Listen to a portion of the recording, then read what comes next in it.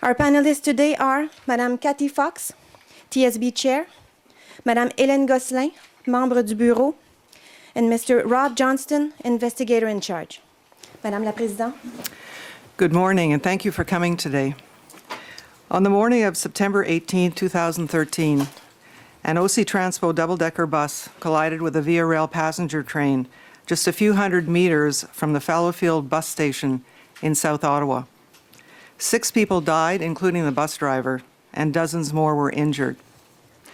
The TSB's investigation was complex, and we left no stone unturned. Mr. Rob Johnston, the investigator in charge, is going to walk you through exactly what we learned, explaining how events unfolded that morning, and more importantly, why. After that, I'll talk about the 5 recommendations that the TSB is issuing today. These deal with the installation and use of in-vehicle video monitors, crashworthiness standards, and data recorders for commercial passenger buses, and grade separations at busy railway crossings, both here in Ottawa and across Canada. But before turning it over to Rob, to help illustrate the multiple factors involved in this accident and to show how they influence one another, we have created a short video that reconstructs the sequence of events leading to the accident in real time.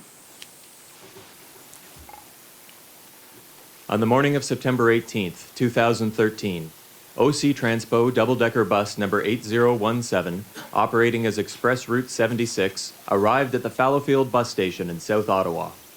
The bus was en route towards downtown Ottawa along the Transitway, a private 2-lane roadway dedicated to commuter bus traffic.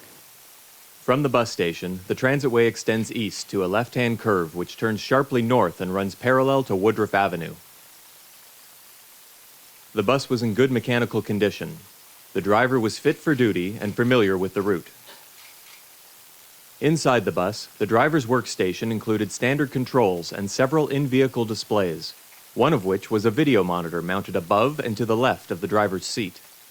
The video monitor screen measured about 6 inches by 4 inches and was further divided into 4 smaller quadrants, each displaying a view from one of 4 onboard video cameras. The bottom right quadrant displayed the upper deck. OC Transpo required drivers to monitor this screen at station stops and while in service, and announced that no standing was permitted on the upper deck if passengers were seen standing, although there was no sign prohibiting this. At Fallowfield Station, passengers entered and exited the bus. The driver looked at the video screen and announced that there were empty seats on the upper deck.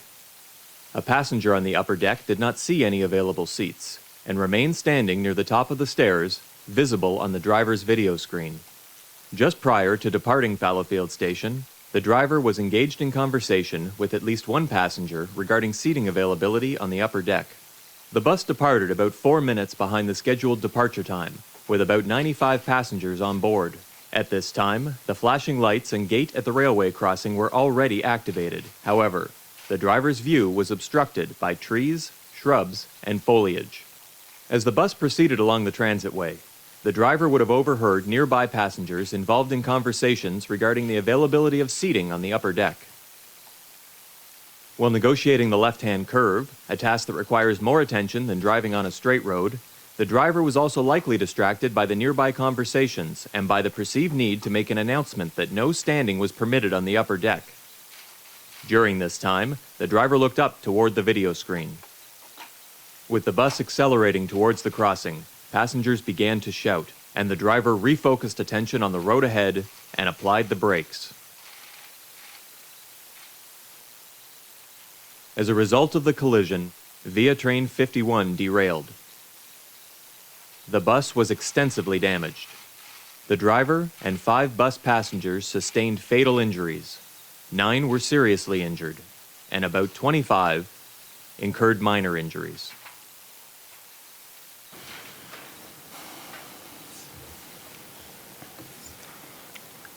Good morning. Before we go any further, I'd like to be clear that this accident goes far beyond the actions of any one individual. In fact, given the same circumstances, this accident could have happened to just about any driver. As such, I'd like to highlight a few things that we learned. There was no evidence of any drugs alcohol, or fatigue, nor did any medical issue affect the driver's performance. The automated flashing lights, bells, and gates at the crossings operated as designed. In fact, they were active for about 49 seconds before the bus struck the train. The operation of the train met company and regulatory requirements, and it was slowing down for the Via Fallowfield station. The bus was well maintained, and the brakes were fully operational. So the key question became, why didn't the bus stop in time? Ultimately, we identified multiple factors that played a role in this accident. The elimination of any one of these may have reduced the severity of the outcome or even prevented it from happening. Broadly speaking, these factors included speed, company practices, driving distractions, and the configuration of the transitway. For example, the posted speed limit on the bus's approach to the crossing was 60 kilometers an hour, increasing to 90 kilometers an hour after the crossing. Because it was common for drivers to use this section after the crossing to make up time, which OC Transpo enforcement did not prevent, and because the driver did not expect to encounter a train, the bus was accelerated beyond the posted speed limit by 7.6 kilometers an hour. This increased the stopping distance. With respect to company practices, we found that the driver did not initially fully apply the brakes. This was consistent with company training, which focused on smooth braking to reduce the risk of passenger injury. There were also a number of driving distractions, both visual and cognitive. The visual distraction was the use of an onboard video monitor located above and to the left of the driver. The company required drivers to check the monitor at station stops and while in service. This took the driver's eyes off the road, a risk that the company did not effectively manage. The cognitive distractions included the heavier workload of negotiating a left-hand curve, the nearby passenger conversations about upper deck seating, and the perceived need to make a no standing on upper deck announcement. All of this occurred at a critical time in the driving sequence. With regards to the transitway's configuration, this entire accident unfolded just 39 seconds from the time the bus left the station. But the really critical window was much smaller. While traveling at 67.6 kilometers an hour, and considering that the driver's view of the crossing was obstructed and there was no active advance warning sign interconnected with railway signals to warn of a train's approach, there was a window of only a few seconds to identify that the crossing signals were activated, to apply the brakes, and to stop the bus. Any distraction during this critical time would pose a significant challenge to any driver. So how do we prevent such an accident from happening again? I'm now going to turn things back over to the chair, who will outline the rationale behind the 5 recommendations we are making today. Thank you, Rob. Since the accident, a number of steps have been taken to make the area around the transitway crossing and the adjacent Woodruff and Fallowfield crossings safer. But more must still be done to lower the risks.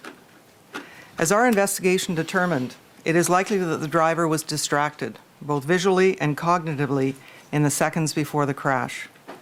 The video monitor above the driver's seat was relatively small, and the individual quadrants were even smaller still. Even changing the view and moving the screen to an angle more aligned with the driver's line of sight doesn't change the fact that a driver cannot watch it and the road at the same time. Although Ontario has a provincial distracted driving law, that law contains exemptions that allow drivers of certain commercial vehicles, including buses, to use video screens while in motion. It's time that changed. We're calling on Transport Canada to work with provincial authorities to reduce the risk for all vehicles, with guidelines on the placement and use of in-vehicle video monitors to reduce the risk of distracted driving.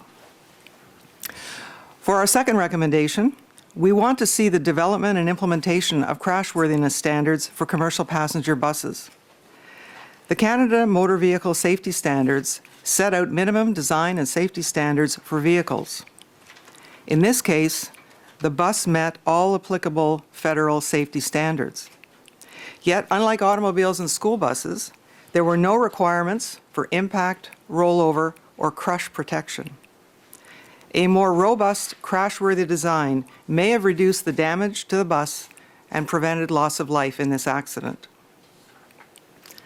Our third recommendation deals with the need to equip commercial passenger buses with a dedicated event data recorder or black box.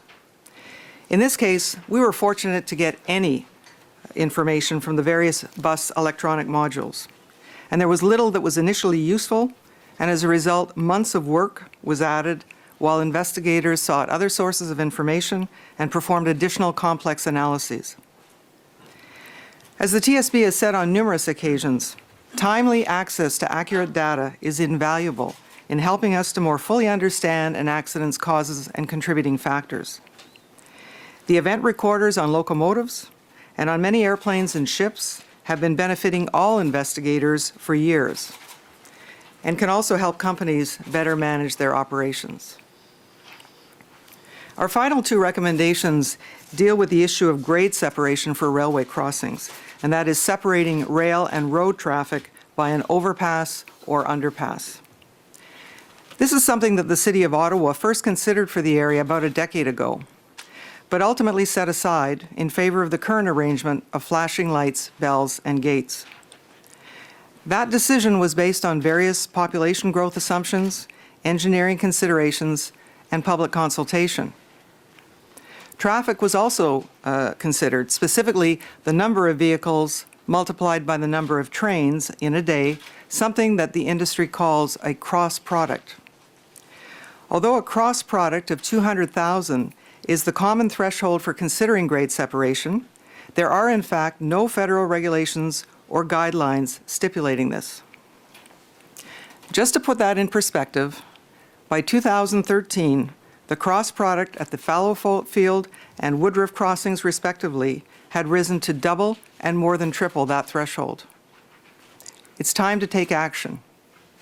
With so many buses, cars, and trains along these roads every day, and a population that continues to increase, Transport Canada needs to provide specific, detailed guidance on when roads and railways should be grade separated. And moreover, we want the City of Ottawa to reconsider the need for grade separation at the Woodruff Avenue, Transitway, and Fallowfield Road crossings. Every day, vehicles and trains interact at thousands of railway crossings across Canada. The number of crossing accidents is too high, and that's why this issue is on the TSB watch list. Whether it's a busy street or a country road, people need to understand that crossing safety is a shared responsibility, and drivers always need to approach a crossing as if a train were coming. Operators, road authorities, regulators, and bus manufacturers also have a role in making vehicles and crossings safer. The recommendations we make today will go a long way toward reducing the risks, not only here in Ottawa, but across Canada. Thank you.